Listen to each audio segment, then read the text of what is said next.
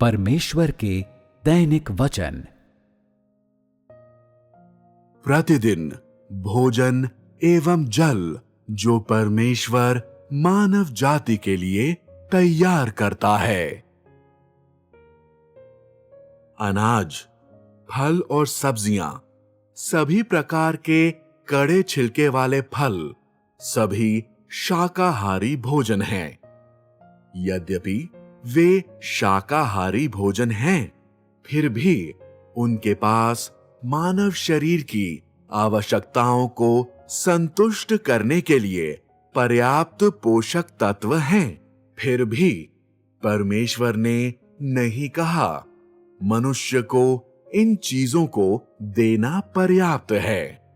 मानव जाति बस इन चीजों को ही खा सकता है।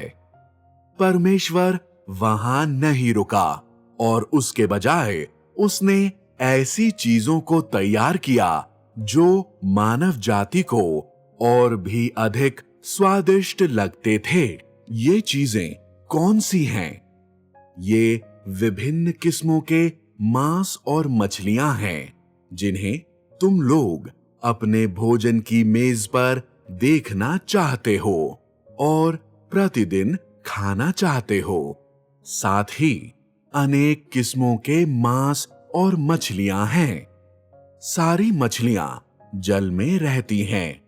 उनके मांस का स्वाद उनसे भिन्न है जिन्हें भूमि पर पाला जाता है, और वे मानव जाति को अलग अलग पोषक तत्व प्रदान कर सकती हैं।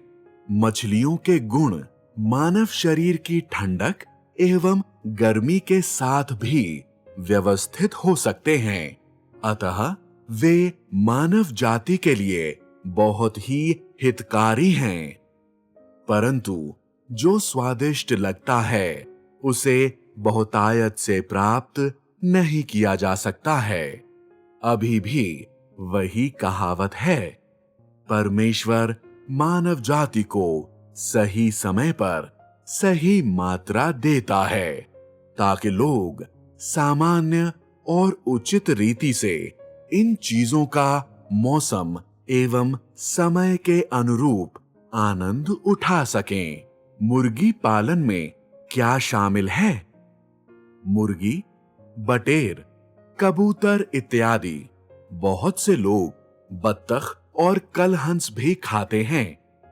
यद्यपि परमेश्वर ने तैयारियां की हैं अपने चुने हुए लोगों के लिए, फिर भी परमेश्वर के पास मांगे हैं और उसने अनुग्रह के युग में एक निश्चित दायरा निर्धारित किया है।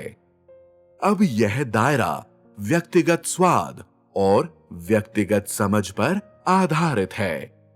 ये विभिन्न किस्मों के मांस मानव जाति को अलग अलग पोषक तत्व प्रदान करते हैं जो प्रोटीन एवं आयरन की दोबारा पूर्ति करते हैं, लहू को समृद्ध करते हैं, मांसपेशियों एवं हड्डियों को बलवंत करते हैं और अधिक ऊर्जा प्रदान करते हैं।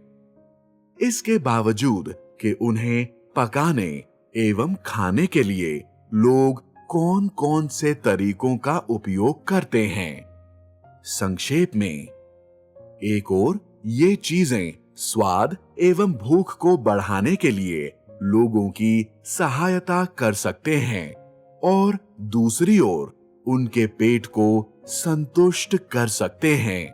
सबसे महत्वपूर्ण चीज तो यह है कि वे मानव शरीर के लिए दैनिक पोषक तत्वों की उनकी जरूरत को प्रदान कर सकते हैं। ये वे विचार हैं जो परमेश्वर के पास थे जब उसने मानव जाति के लिए भोजन बनाया था। मांस के साथ ही साथ शाकाहारी भोजन भी। क्या यह समृद्ध एवं भरपूर नहीं है? हाँ। परंतु लोगों को समझना चाहिए कि परमेश्वर के मूल इरादे क्या थे जब उसने मानव जाति के लिए सभी भोजन वस्तुओं को बनाया था। क्या यह मानव जाति को अनुमति देने के लिए था कि वह लालच से इन भौतिक भोजन वस्तुओं का आनंद उठाए? क्या होता यदि लोग अपनी भौतिक इच्छा को संतुष्ट करने में लिप्त हो जाते? क्या वे बहुत अधिक मोटे ताजे नहीं हो जाते? क्या अति पोषण मानव शरीर के लिए सब प्रकार की बीमारियां लेकर नहीं आता? परमेश्वर के द्वारा बनाए कुदरत के नियमों को धोखा देना निश्चित तौर पर अच्छा नहीं है। इसीलिए परमेश्वर सही समय पर सही मात्रा को बांटता है और उसने लोगों को विभिन्न समयावधि एवं मौसम के अनुरूप अलग अलग भोजन का आनंद उठाने की अनुमति दी है। यह सबसे अच्छा तरीका है। उदाहरण के लिए, बहुत ही गर्म ग्रीष्म ऋतु में रहने के बाद लोग अपने शरीर में थोड़ी बहुत गर्मी, रोग संबंधी सूखापन या नमी जमा कर लेते हैं। जब शरद ऋतु आती है, बहुत सारे फल पक जाते हैं और जब लोग कुछ फलों को खाते हैं तो उनका सूखापन चला जाएगा। उसी समय पशु एवं भेड़ें हृष्ट-पुष्ट हो जाएंगे। अतः लोगों को पोषण के लिए कुछ मांस खाना चाहिए।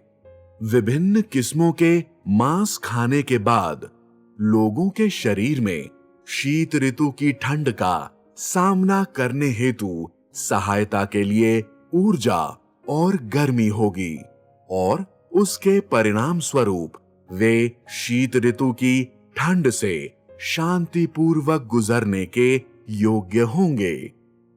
मानव जाति के लिए कौन से समय में कौन सी चीज को तैयार करना है और कौन से समय में कौन सी चीज को उगने, फलवंत होने और पकने की अनुमति देना है, इन सब को परमेश्वर के द्वारा नियंत्रित किया गया है और इन सब का प्रबंध बहुत पहले ही परमेश्वर के द्वारा किया गया था और वह भी बहुत नाप नाप कर।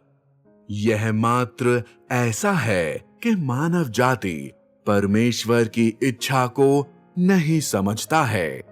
यह उस शीर्षक परमेश्वर किस प्रकार मनुष्य के दैनिक जीवन के लिए आवश्यक भोजन तैयार करता है के विषय में है।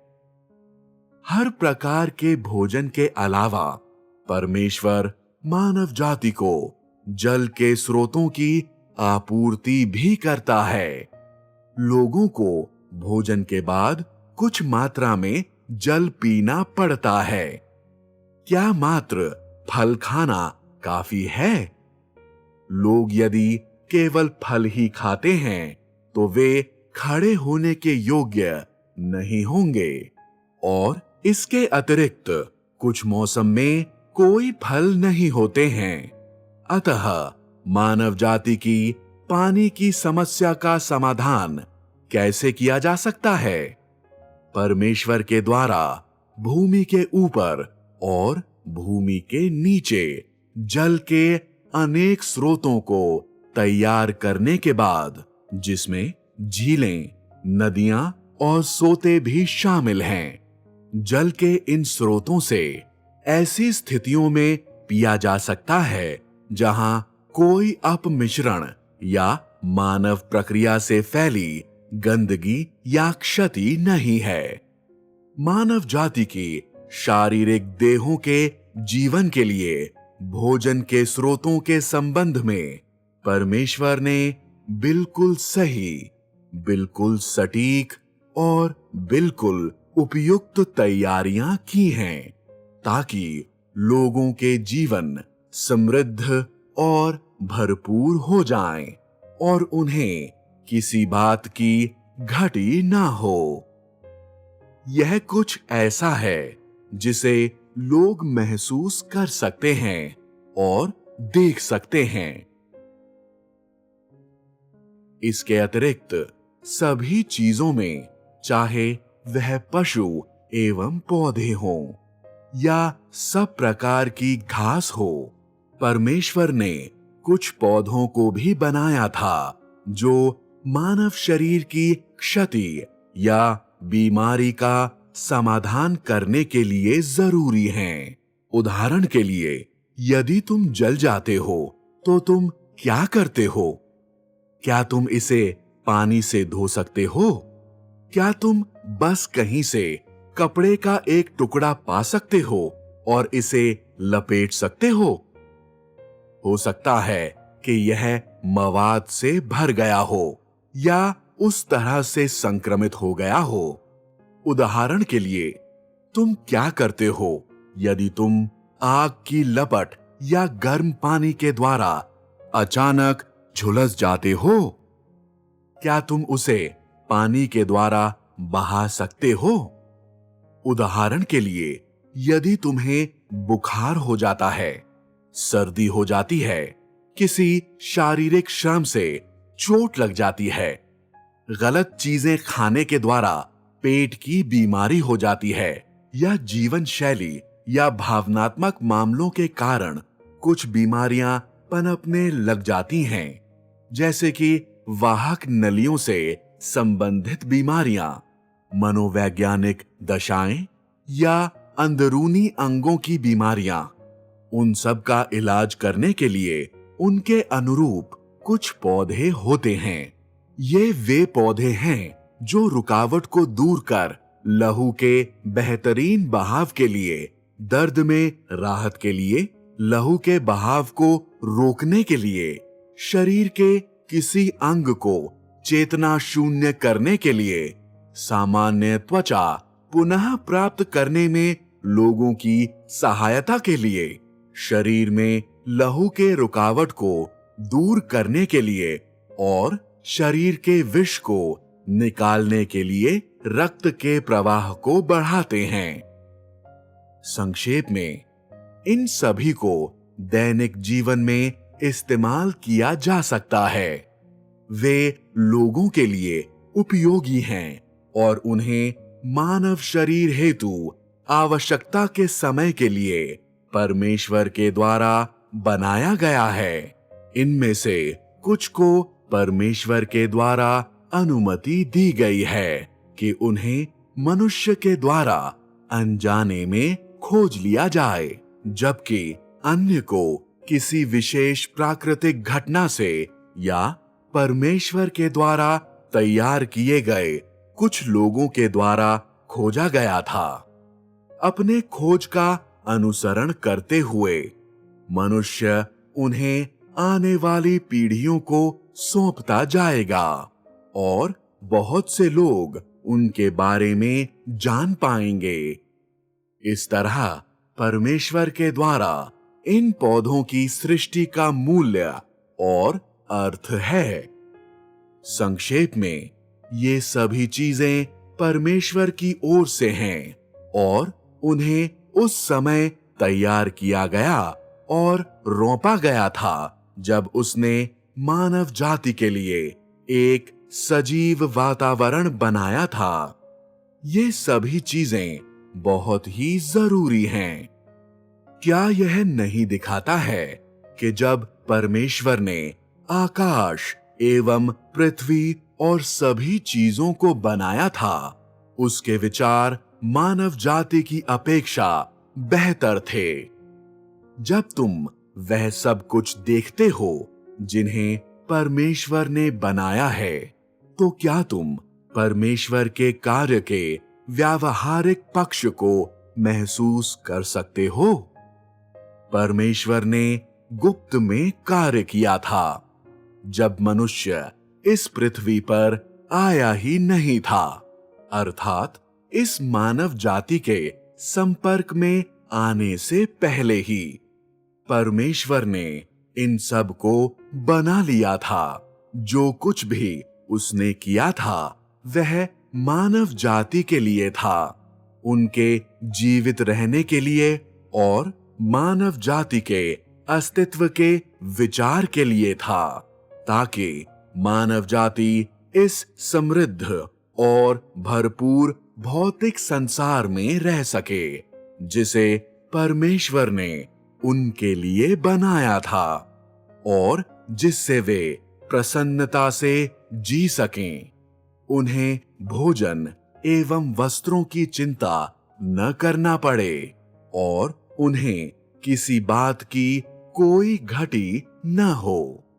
मानव जाति ऐसे वातावरण में निरंतर संतान उत्पन्न करता है और जीवित रहता है।